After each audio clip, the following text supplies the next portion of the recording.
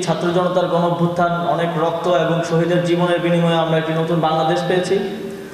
কিন্তু সেই বাংলাদেশকে পুনর্গঠন করার, নতুন করে গড়ে তোলার গুরুর দায়িত্বটা আমাদের হাতে এসেছে। সরকার এবং জনগণ একসাথে একাকার হয়ে যে কাজ করছে, সেটি দুর্যোগপূর্ণ পরিস্থিতিতে আমরা তার প্রমাণ পেয়েছি। সারা দেশে আমি কখনো দেখিনি কিংবা শুনিনি যে এরকম একটি দুর্যোগে দেশের প্রত্যেকটি পক্ষের মানুষ একসাথে হয়ে কাঁধে কাঁধ মিলিয়ে কাজ করছে। এটি একটি আশার আলো দেখায় আমাদেরকে যে সামনের নতুন বাংলাদেশ গড়তেও আপনারা এভাবেই সহযোগিতা করে যাবেন এবং জনগণ এবং প্রশাসনের মেলবন্ধনের মধ্য দিয়ে আমরা বাংলাদেশকে একটি নতুন পথ দেখাতে পারব।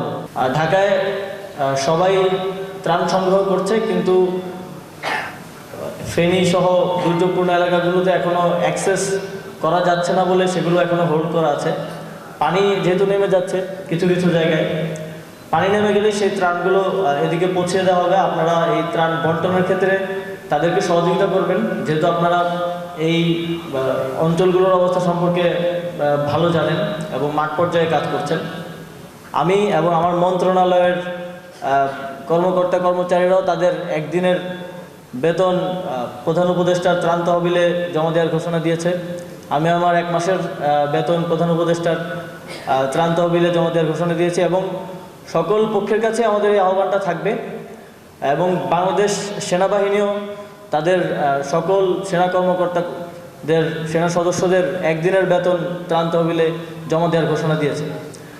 তো সবাই যদি আমরা এভাবে এগিয়ে আসি, তাহলে অর্থনৈতিক সংকটটাও আমরা খুব দ্রুত সময়ের মধ্যে মোকাবিলা করতে পারবো। একই সাথে আপনারা জানেন, এই গত সরকার পতন হওয়ার পর থেকে আমাদের রেমিটেন্স যোদ্ধারাও ব্যাংকিং চ্যানেলে রেমিটেন্স পাঠানো শুরু করেছে এবং প্রতিদিনই আমরা রেকর্ড ভাঙছি সেখানে। তো প্রবাসীদের কাছে আহ্বান থাকবে, দেশের এই সংকটকালে সব দিক থেকে আমাদেরকে এগিয়ে আসতে হবে। শ্রম দিয়ে, অর্থ দিয়ে, যেভাবে পারা যায় দেশের জন্য অবদান রাখতে হবে।